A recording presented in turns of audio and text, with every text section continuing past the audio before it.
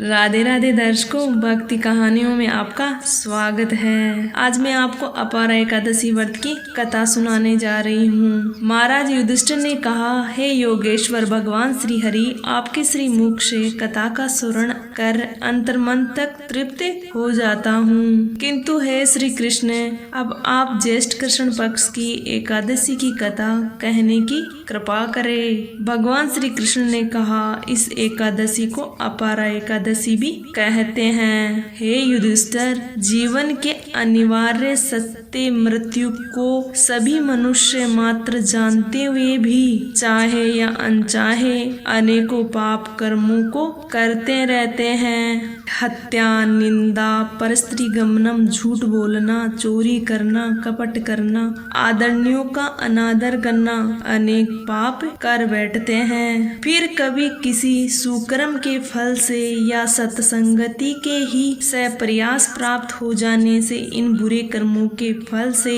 मुक्ति पाना चाहते हैं। जो क्षत्रिय युद्ध से भाग जाए वह नरगामी होता है, परंतु अपारा एकादशी का व्रत करने से वो भी स्वर्ग को प्राप्त होता है। अपारा एकादशी हमें अपार धन दौलत देती है।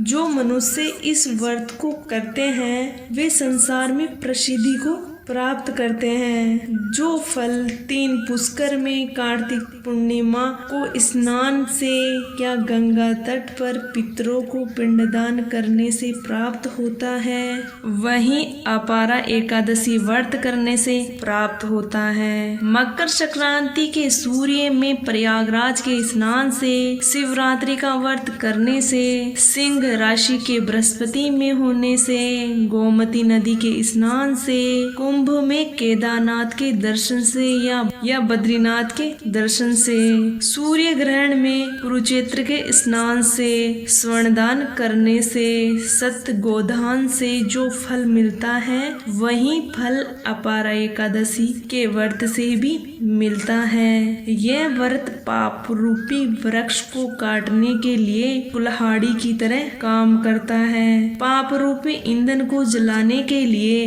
अग्नि, पाप रूपी अंधकार को मिटाने के लिए सूर्य के समान। अतः मनुष्य को पापों से डरते हुए इस व्रत को अवश्य ही करना चाहिए। अपारा एकादशी का व्रत तथा भगवान विष्णु का पूजन करने से मनुष्य के सभी पापों से छुटकारा प्राप्त कर विष्णु लोक को जाता है। कथा इस प्रकार है। प्राचीन काल में महिध्वज नाम का एक धर्मात्मा राजा था। उसका छोटा भाई ब्रजध्वज बड़ा ही क्रूर, अधर्मी तथा अन्यायी था। वह अपने भाई से बड़ी ईर्ष्या रखता था।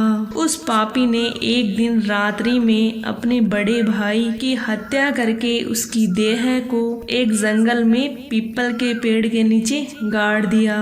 इस अकाल मृत्यु से राजा प्रेतात्मा के रूप में उसी पीपल पर रहने लगा और अनेकों उत्पात करने लगा।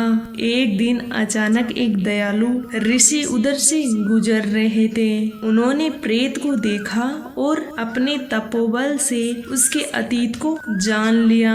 अपने तपोबल से प्रेत उत्पात का कारण भी समझ गए। ऋषि ने प्रसन्न होकर उस प्रेत को पीपल के पेड़ से उतार तथा परलोक विद्या का उपदेश दिया। दयालु ऋषि ने राजा की प्रेत योनि से मुक्ति के लिए स्वयं ही अपारा एकादशी का व्रत किया और उसे गति से छुड़वाने को उसका पुण्य प्रेत को अर्पित कर दिया। इस पुण्य के प्रभाव से राजा को प्रेत योनि से मुक्ति मिल गई। वह ऋषि को धन्यवाद देता हुआ दिव्य देही धारण करके पुष्प विमान में बैठ के स्वर्ग को चला गया। हे राजन, यह अपारा एकादशी की कथा मैंने लोकहित के लिए कही है। इसे पढ़ने तथा सुनने से मनुष्य के सभी पापों से छुटकारा मिलता है। कथा समाप्त।